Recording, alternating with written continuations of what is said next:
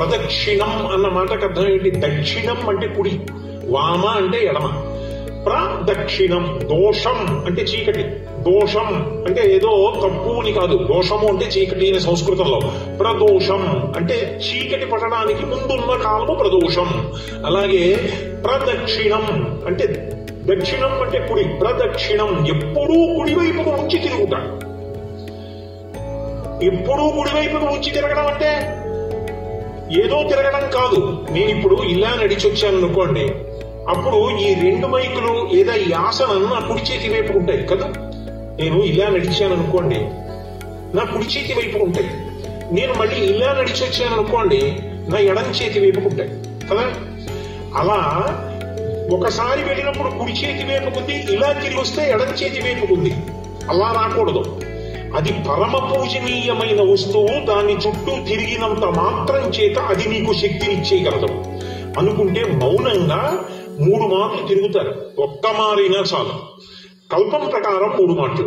ఆ ప్రదక్షిణం చేసేటప్పుడు ఎప్పుడూ కుడివైపే ఉండాలి. అంటే ఏం చేయాలి అంటే చుట్టూ తిరిగి రావాలి. నేను ఇప్పుడు ఈ ఆసనానికి చుట్టూ తిరిగి వచ్చాను అనుకోండి, అప్పుడు ఏమవుతుంది? ఇది నా కుడి చేతి వైపే ఉంటుంది.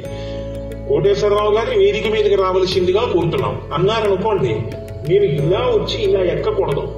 ఇలా ఎక్కాను అనుకోండి ఆసనంలో కూర్చోవడానికి, ఈ ఆసనం నాకు ఎడం వైపుకు వస్తున్నప్పుడు, ఎక్కుతున్నప్పుడు. అంటే ఎడం వైపుకి ఈ ఆసనాన్ని ఉంచాను అంటే ఇది పరమ పవిత్ర స్థలం. ఇక్కడ కూర్చునే నేను శ్రావణ మాస వైశిష్ట్యం చెబుతున్నాను. కాబట్టి ఈ ఆసనానికి ఓ పవిత్రత ఉంటుంది. దీంట్లో మీరు ఎవరెందుకు కూర్చోలేదు? ఇది ఆయన కూర్చుని ఇందులోంచి మంచి మాటలు చెప్తాడని. దీనికి నేను గౌరవం ఇచ్చి కూర్చోవాలంటే ఇలా ఎక్కకూడదు. నేను ఇలా తిరిగి వచ్చి ఇటువైపు నుంచి ఎక్కి కూర్చోవాలి. అంటే అప్పుడు ఇది కుడి చేతి వైపు ఉంటుంది నాకు. అంటే అసలు దీనికి ఆ గౌరవం ఇవ్వని నాడు నేను ఇందులో కూర్చుని గౌరవప్రదమైన విషయం చెప్పడానికి అర్హత లేని వాళ్ళు అవుతాను. ప్రదక్షిణం అంటే కుడి చేతి వైపు నుంచి గుండ్రంగా తిరుగుతారు.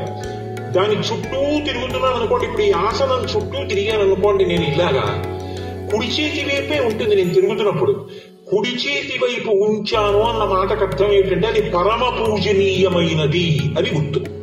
ఇప్పుడు ఈ వేదిక మీద కూర్చున్నాను. సాయిబాబా గారి మూర్తి ఎటుండాలి? అటుండాలి. ఎందుకని? ఆయన పరమ పూజనీయుడు. పరమ పూజనీయుడైన సాయిబాబా గారి మూర్తిని తెచ్చి ఇటు పెట్టకూడదు. ఎడం చేతి వైపు ఉంటే అప్రధానుడు అవుతాడు, కుడి చేతి వైపు ఉంటే ప్రధానుడు అవుతాడు. అందుకే పూజ చేసేటప్పుడు కానీ వ్రతం చేసేటప్పుడు కానీ ఏ పదార్థాన్ని ఎడం వైపు నుంచి తీయకూడదు.